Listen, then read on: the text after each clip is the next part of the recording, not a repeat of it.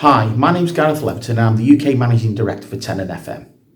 As it's International Housekeeping Week, I wanted to say a few words as to how proud I am of the housekeeping and cleaning teams which we employ at Tenon UK and Tenon worldwide.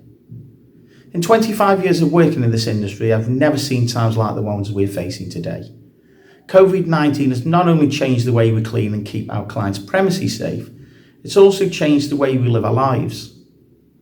I not only view Tenon's housekeepers and cleaners, but all housekeepers and cleaners around the world as our fourth emergency service, after the National Health, the police and the fire brigades.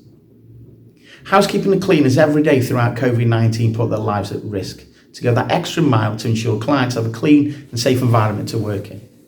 Even though the housekeeping and cleaning industry does not get the recognition it truly deserves, it's an exciting industry to be part of, and it's my honour and privilege to work alongside all housekeepers and cleaners worldwide as we all continue to support each other and giving our customers a better day every day.